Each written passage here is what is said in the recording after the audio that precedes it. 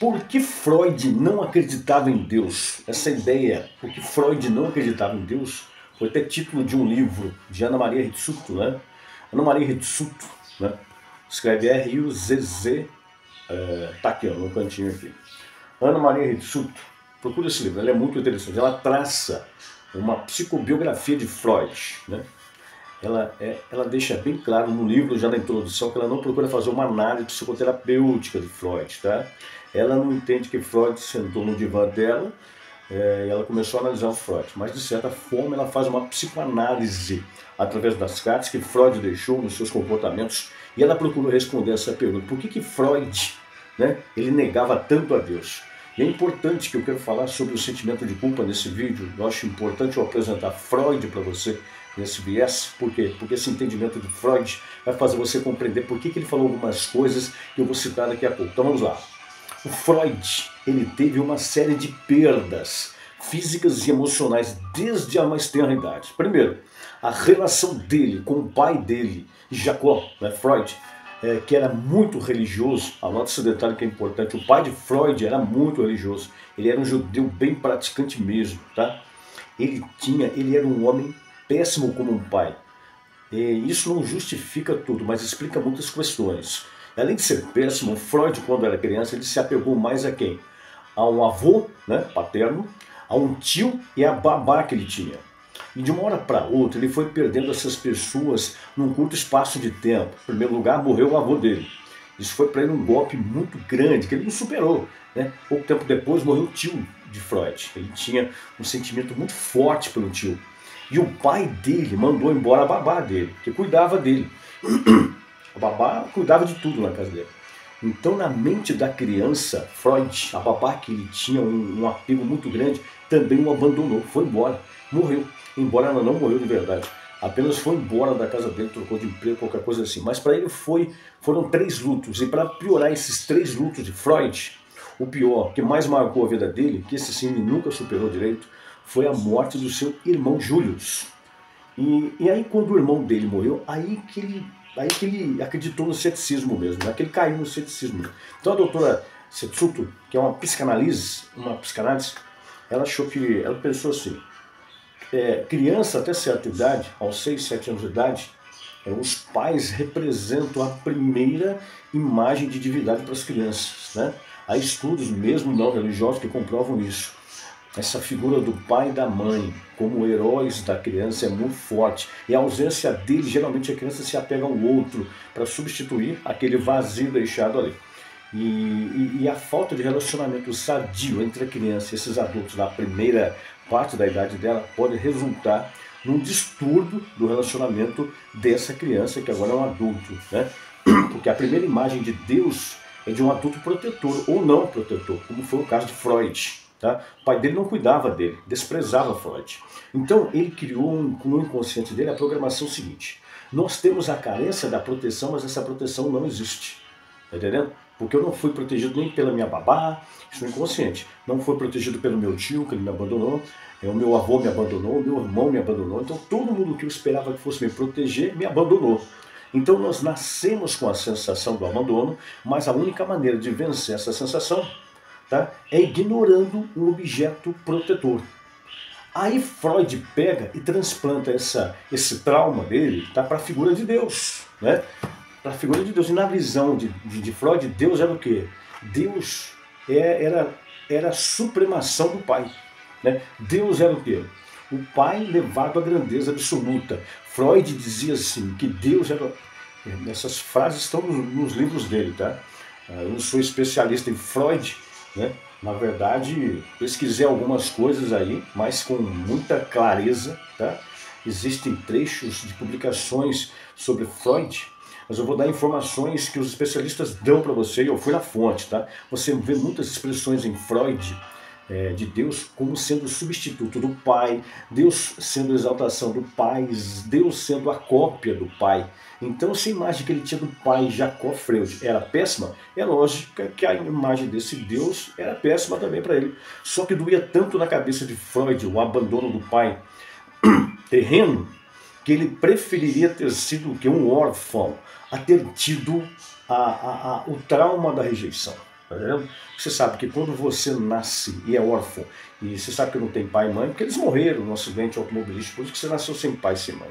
Agora, a dor de não ter pai e mãe, porque eles estão vivos, mas abandonaram você, ou rejeitaram você, ou não tiveram um apego emocional a você, é muito maior do que o primeiro caso. E Freud estava nessa situação. Então, a dor de saber que tem um Deus lá em cima, que não me protegeu, assim como Jacó não me protegeu na cabeça de Freud, sabe? É muito grande essa dor. É melhor imaginar que não tem ninguém lá em cima.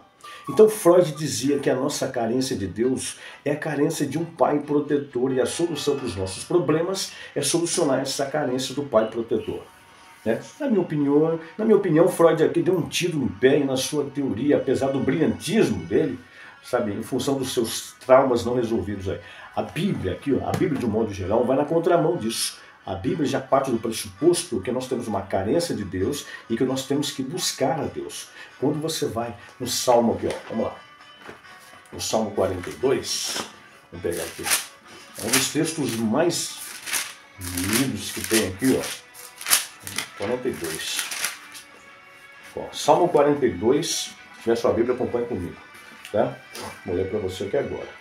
1, 2. É importante, ser com base bíblica. Falar de Freud, o pai da psicanálise, né? O cara era ateu, não acreditava em Deus. Vamos lá. Assim como uma costa suspira pelas correntes das águas, assim por ti, ó Deus, suspira a minha alma.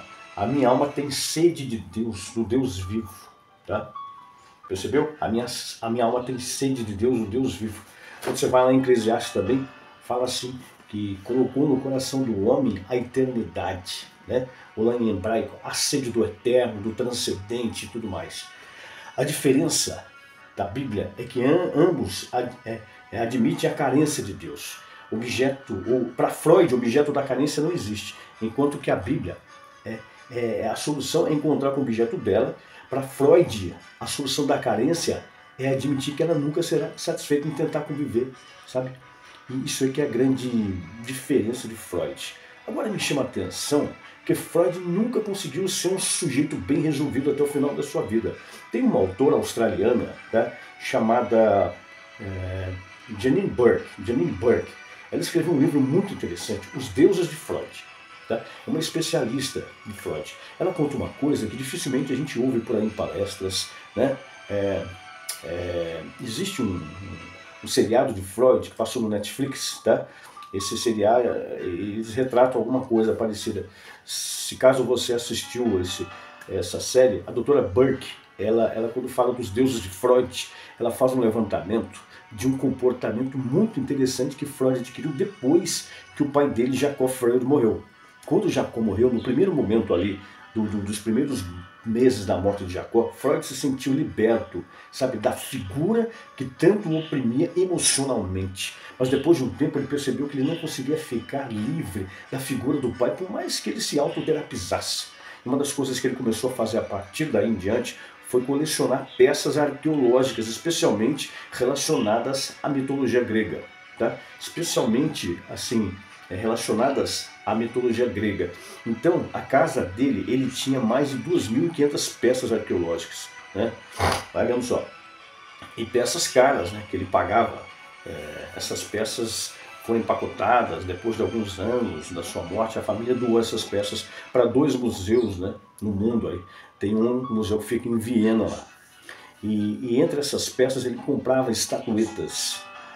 Como por exemplo, eu tenho várias aqui, mas os meus é mais puxado para carro, né, gente? Carro, cavalos, essas coisas e tal.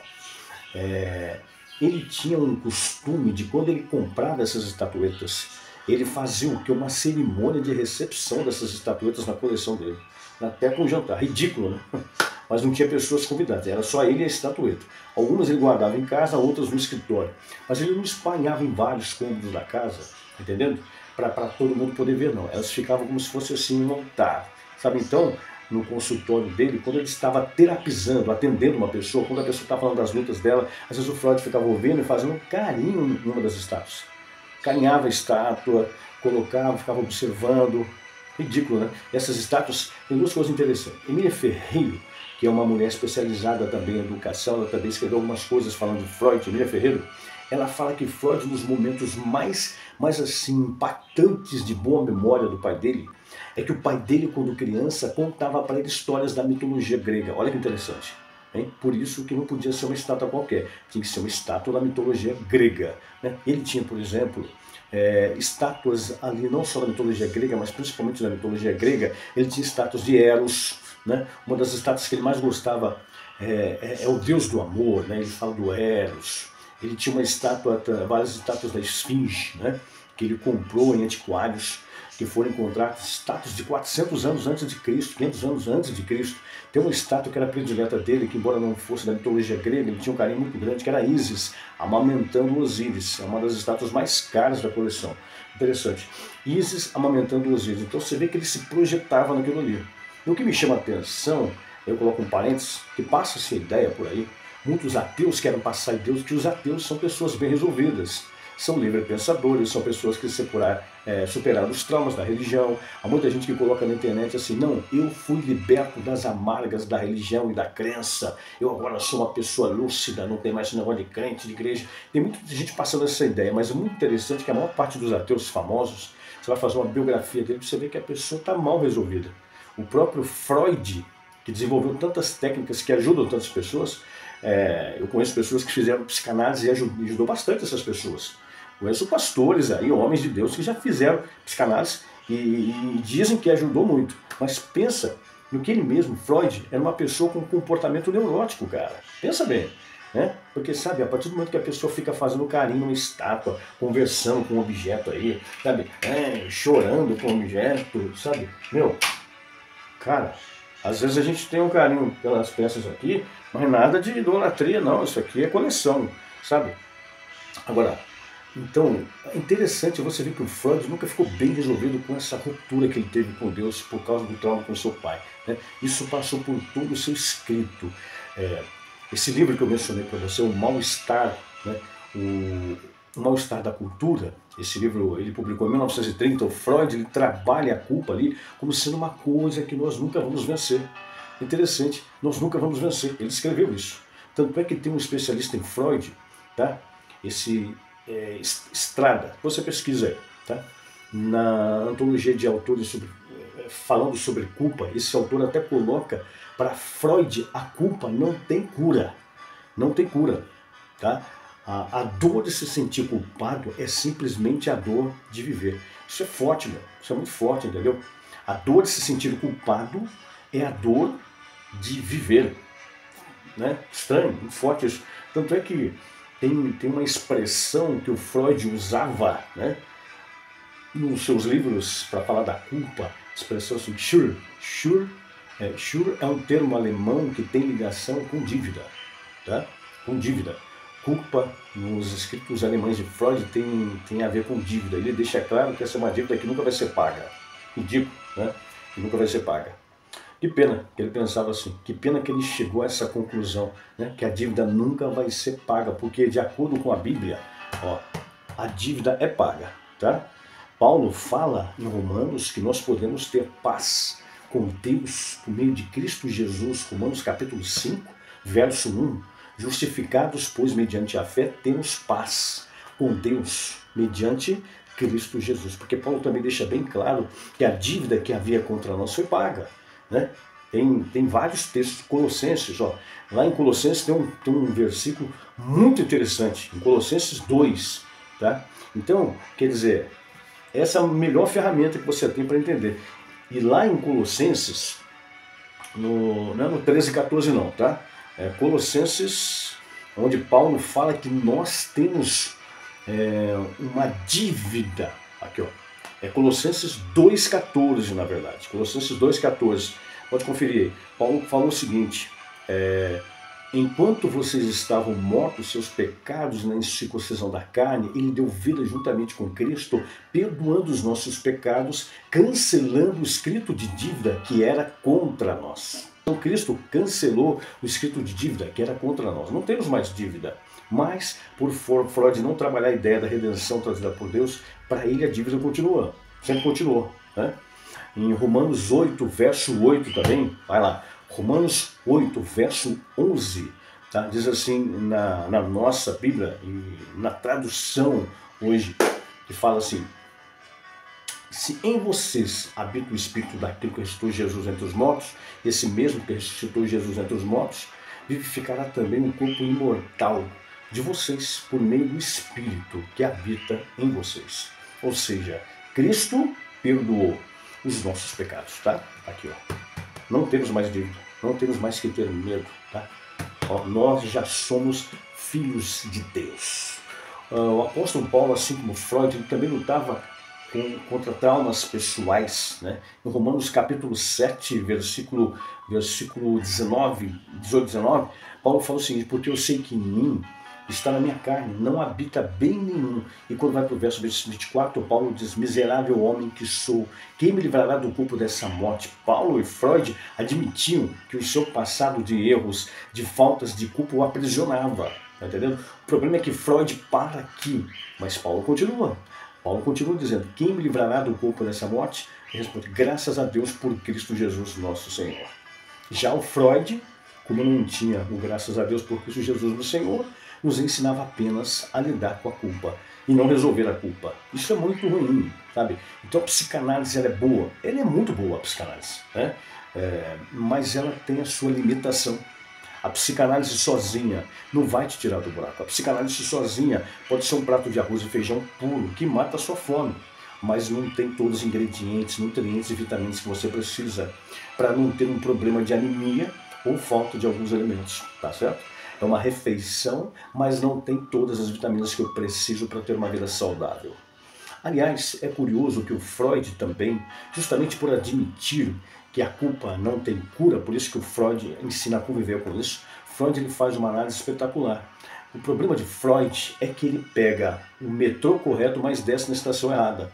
Ele desce uma estação antes do destino. Esse era o problema de Freud. Eu posso comparar Freud a Paulo, os dois pegam o mesmo metrô, só que Freud desce uma ou duas estações antes do destino aonde deveríamos chegar. Esse era o problema de Freud. Então ele dizia, por exemplo, tem um lado espetacular dele, que as pessoas, ao invés de se sentirem culpadas, elas se sentem doentes. Entendeu? Essa expressão está no livro O Mal-Estar da Cultura, de 1930, de Freud. Isso é legal, isso é espetacular, porque ele fala assim: a pessoa olha para si mesmo, mas ele não quer se sentir culpado. Tá entendendo? Mas ele não quer se sentir culpado, mas ele se sente culpado. No inconsciente ele é culpado, ele só não admite isso conscientemente. Aí o que acontece? O que você tem que fazer com uma pessoa culpada, punida pela sua culpa? É assim? Uma pessoa que está com dívida, o banco vai lá e confisca os bens dele. Alguém que matou, o juiz vai lá, determina a prisão para ele. Ou seja, o culpado tem que pagar pela sua dívida. O culpado tem que ser condenado. Então, como é que o inconsciente me condena pela minha culpa? Né? Me tornando neurótico, me tornando doente. Aí Freud faz essa comparação. A culpa está entre todos nós, mas as pessoas não se sentem culpadas, elas se sentem doentes, e é isso mesmo que elas são, elas ficam se punindo. E tem um autor muito interessante chamado David Begin, o livro dele tem mais de 50 anos, Culpa, onde a psicologia e a religião se encontram. O Dr. David Begin, ele faz uma analogia muito interessante entre hospital e penitenciária. Você sabe que a palavra penitenciária, ela vem do latim, né? E penitenciária significa onde você cumpre a pena, onde você se expurga das tuas culpas, da tua culpa. Penitenciária, quando você está na igreja católica e você tem um pecado, o padre vai te dar uma penitência. Já ouviu essa expressão? O padre dá a penitência para você.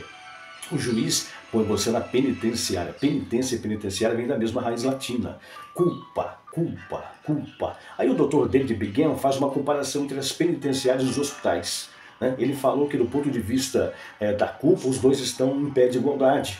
O que é preso na penitenciária é porque é culpado, e a maioria dos cristãos presos em hospitais estão ali porque são culpados. Ele mostra uma série de estudos, por exemplo, que revelam, acredite se quiser, que cerca de 75% das pessoas que estão internadas nos hospitais, com as mais diferenças, moléstias, estão internadas ali por um problema de saúde resultante de uma culpa mal resolvida, ou perdão que não foi dado a alguém. Problemas de culpa.